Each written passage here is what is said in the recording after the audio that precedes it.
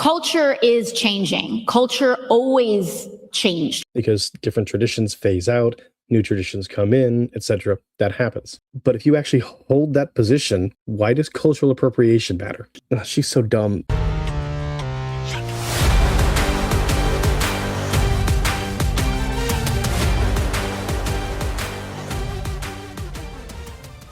Good morning, good evening, wherever you are, whenever you are. I've been meaning to actually do this one on AOC since she went to Munich for a couple of days, but the video I have here is it's going to be from Matt Walsh, which came out February 17th, 2026, and it's pretty succinct as far as the things that I wanted to talk about to begin with. Also, if you noticed, yes, I do have this on my head. It's Ash Wednesday. So let's get into this. Here's a little factoid that's going to be memory hold immediately. This year's Munich Security Conference was supposed to mark the debut of Alexandria Ocasio-Cortez as the new leader of the intellectual vanguard of the Democrat Party. Yeah, she's been trying to tout herself as that for years. It's never going to happen. She's like a box of rocks. No offense, but it's true. This was intended to be her big moment, her global debut, her opportunity to prove to the world that she has transformed into a serious, thoughtful political leader. No longer does Alexandria Ocasio-Cortez believe that climate change will kill everybody before the decade is over. That's the old AOC. The new AOC imagines a very different future, one with, well, herself sitting in the Oval Office in 3 years. And I really hope that doesn't happen.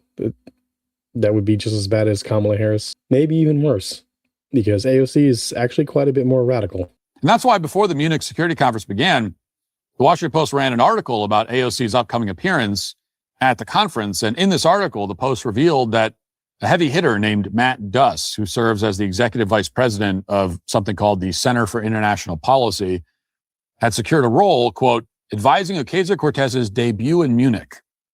So this preparation has been going on for months.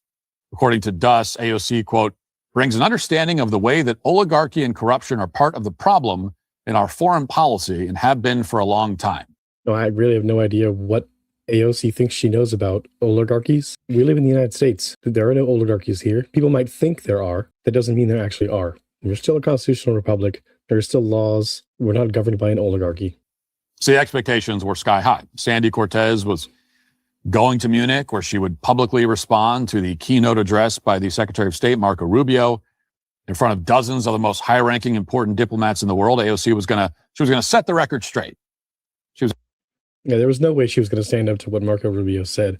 The man got a standing ovation. He had multiple compliments. There was no way. Even if the mainstream media dogged him, just look at yourself. It was really, really good. He was going to outline the worldview of the modern left and present a compelling case for why voters should choose the Democrat Party and her. And with that in mind, here's how her appearance got started. It is not a remark on who Maduro was as a leader. He canceled elections. He was an anti-democratic leader. That doesn't mean that we can kidnap a head of state and engage in acts of war just because the nation is below the equator. Okay, so a couple of things here. She is correct. Maduro was anti-democratic, but we also didn't go and kidnap the leader of another country. We already had sanctions on him to begin with, and Biden had actually put out a bounty on him. The USA just decided to go and collect. You'd have to read up on it.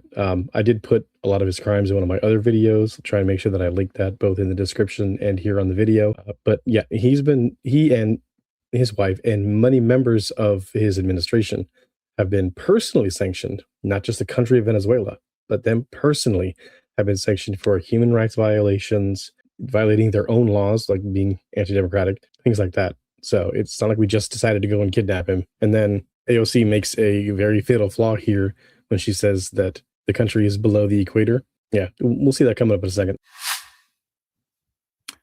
So we only took out Maduro in Venezuela because of the location of its country, which is south of the equator. That's how bigoted and idiotic we are. And, that makes a lot of sense as long as you never get anywhere close to a map, which apparently AOC has not. Because if you make the mistake of looking at a map, here's what you will find. As you can see here, and we see right there, even most of Colombia is above it. Venezuela's right there. I mean, she didn't even bother consulting when she started writing all this stuff out, or whoever wrote the speech for her. I'm not sure if I could give her the credit for writing it herself, but it is dumb enough to be her own work. So You don't need to be a cartographer to understand the issue with what AOC has claimed. You see, Venezuela is in fact above, it is north of the equator. And somehow, for all of her extensive foreign policy prep, months in the making, no one ever informed AOC of this very problematic fact. yeah, I mean, that's the whole reason why you have people who advise you, who are, political and history experts, is the reason why you do prep. But she failed. She failed utterly and made herself look like an idiot. They also seem to have told her that Maduro canceled elections when the official complaint is that he rigged them, didn't cancel them, but No, that's true. Like I said, the sanctions that we had on him personally were about him rigging the elections. But then after that, he did cancel elections. So they both have some truth there. Not going to lie. let's focus on one thing at a time here. But it gets worse the more you listen. So here's AOC responding to a point that Marco Rubio made during his speech at the Munich conference. Watch.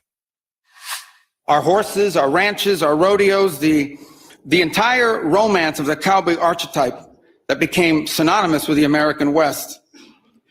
These were born in Spain. Marco Rubio's speech was a pure appeal to Western culture.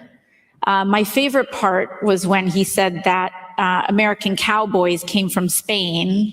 I thought they came from Britain too, but I believe the Mexicans and descendants of African enslaved peoples would like to have a word on that. Okay, she's so dumb.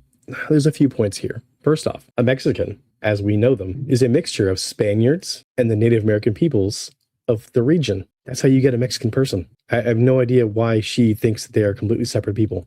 That's number one. Number two, horses, they're not native to North America, and I don't believe South America either. They died out thousands of years ago here, and instead, when the Spanish came, they brought them over. Native Americans were not riding horses until they were traded by Europeans. And so that's why all the cowboy and Indian movies have Indians with horses, because they did have them, and they bred them, and they used them very effectively. Again, what she said about the cowboy archetype not coming from Spain doesn't make sense, because the cowboy archetype actually comes from the Spanish word vaquero. But no, it's not from Spain. It's just Marco Rubio trying to prop up Western culture. Does she not realize that the United States is a Western culture and that it's not just British people? Has she ever taken a history class? Because the British were only on one part, the French were in another, the Spanish were in southern North America, and then they spread all along. She's just so dumb. She has no idea what she's talking about. She just has the talking points and wants to make people on her side think that she's one of them when she's clearly not. I mean, she is, but she's radical.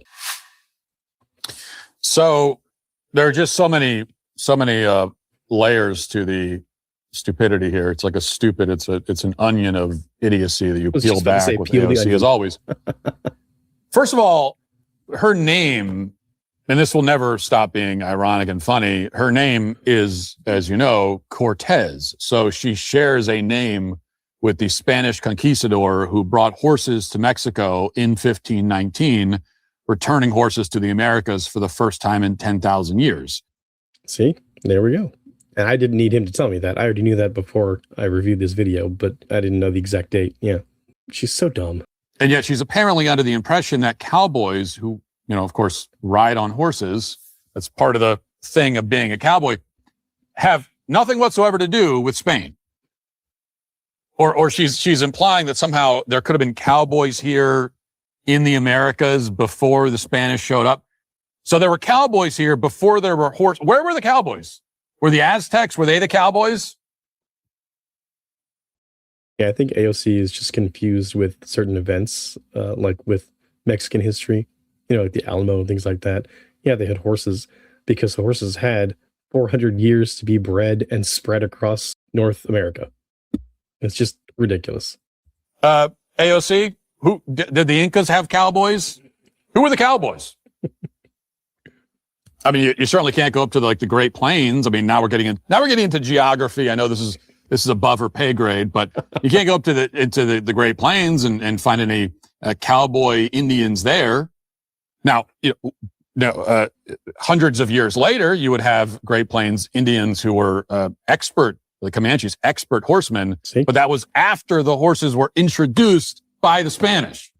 And that's exactly what I said. AOC does not know real history. Sad. Anyway. And also, by the way, Rubio didn't say that American cowboys came from Spain. He said the cowboy archetype was born in Spain, which is true. This is such common knowledge, and it's so uncontroversial, even among the far left, that there's even a Wikipedia article on it. Quote, the vaquero is a horse-mounted livestock herder of a tradition that has its roots in the Iberian Peninsula and extensively developed in what is today Mexico, then New Spain, from a method brought to the Americas from Spain. They became the foundation for the North American cowboy in northern Mexico, southwestern United States, Florida, and western Canada. So presumably, exactly. That's all true. Presumably, Wikipedia will remedy the fact that there's something true there. They'll edit that article by tomorrow to help AOC save face. But the really great part of that clip is that, like the Atlantic, AOC remains utterly smug and confident as she makes a complete fool out of herself. Just no self-awareness whatsoever.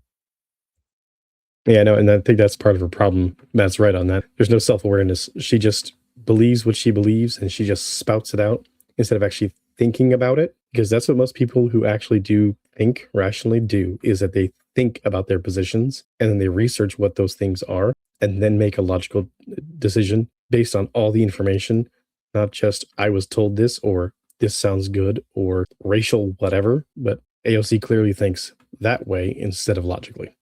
Being as condescending as possible, but that smug, well, I maybe Marco doesn't realize that cowboys came from the Indians. And of course, she's being as wrong as possible at the same time, which is why I truly believe AOC could benefit from, by the way, watching episode 2 of Real History, which comes out next week, which is a deep dive, a very deep dive into the true story of the Indians in the United States. And yeah, okay, that was a little bit of a plug for the new documentary series that he's got out. But I started watching episode 1 here on YouTube, and it's really good. So if you guys have the chance or you're interested, go check it out. I believe episode 1 is about slavery. And AOC, more than anyone else in the country, clearly could benefit from watching that. But in any event, to the extent that she had an actual point to make, if she did at all, here it was. But, I think it's also important to note how thin that foundation is. Culture is changing. Culture always changed. Culture for the entire history of human civilization has been a fluid, evolving thing that is a response to the conditions that we live in. Okay, now I can actually agree with that point because it's true. Culture does change over time, whether it's just within one homogenous group, because different traditions phase out, new traditions come in, etc. That happens. But if you actually hold that position, AOC, why does cultural appropriation matter? Why? Things are constantly changing. Does she not know that everybody takes from everybody else if they like the thing from their culture? Otherwise, nobody but the Asian regions, like China, would have silk. Think about it. And so they want to take this mantle of culture. At the end of the day, though, it is very thin. And so the response that we have to have is, again, it's material, it's class-based, it's common interest. Completely contradictory to what you just said, that these are all changing and blah, blah, blah. So basically, what does it matter? But then at the end of the day, these are all class-based. What? I cannot extol how dumb she is. So this is textbook Marxism filtered through the brain of a very dumb cocktail waitress. And if you think about it for 10 seconds, it makes no sense. She's saying that culture doesn't really amount to anything more than class differences. Culture is thin and meaningless. This is also someone who would accuse you of cultural appropriation at the same time. So how can that make any sense? Well, he made the appropriation point for me. Thank you, Matt. But yeah, she just said all those things. culture is nothing, but you can appropriate it. What does that mean? How can you appropriate something if it doesn't mean anything? Or even if you could appropriate it, wouldn't it mean that cultural appropriation doesn't matter because that also is thin and meaningless? Exactly. That was the point I was making. If it's meaningless, doesn't matter, then what does it matter that one culture takes something from another culture and makes it their own or integrates that exact same thing into their culture? But, we can't look for consistency here.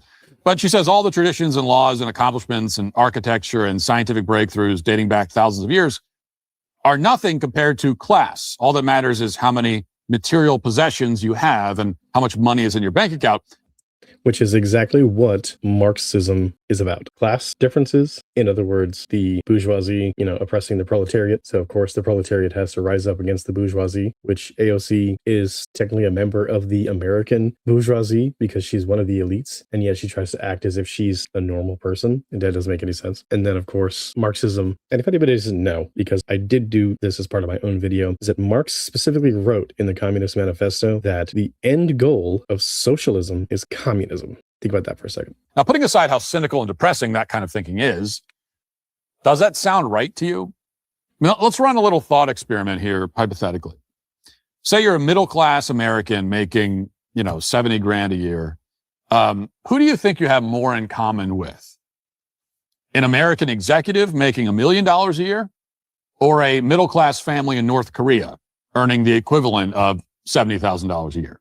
I would definitely say that I had more in common with the American elite because we're both American. We share the same kind of culture. Just because they're able to buy more stuff than me, live a different lifestyle because they have the means to do it, doesn't mean we don't have shared values. Doesn't mean we don't have the same religion, may or may not. Could both be Christians, just different denominations, but that's still a shared thing. If you got stuck in an elevator with the American executive, well, would you have trouble communicating with this person? Or would there be things you can relate to each other? You could talk about politics or sports, what's going on social media, what's going on in the culture. Talk about the NFL, talk about entertainment. You could talk about your Christmas vacations or your plans for Mardi Gras. You could share Instagram photos and so on. I mean, if you're really chatty in the elevator, I'm not, but maybe you are. But if you got stuck in an elevator with a middle-class North Korean, you couldn't talk about any of those topics because they can't understand a word you're saying. But even if they could understand the language, it would be awfully difficult to talk about Christmas and Mardi Gras with someone living in an atheist state. It'd be hard to talk about politics or social media to someone who's been raised from childhood to trust dear leader who incidentally banned all social media in the country. But this, again, is the new thought leader of the Democrat Party, the person who wants you to believe that you have more in common with someone on the other side of the world in a foreign country, doesn't even speak your language, if they make an equivalent amount of money to you, if your income is roughly the same. This is the logic that's going to drive the party going forward. Exactly. And that's part of the reason why the class argument fails, because you cannot take it from one culture into another culture, because cultures can be radically different. I mean, some of them can be very similar. Sure. Australia, United States, Great Britain, a bunch of the European countries right there. Like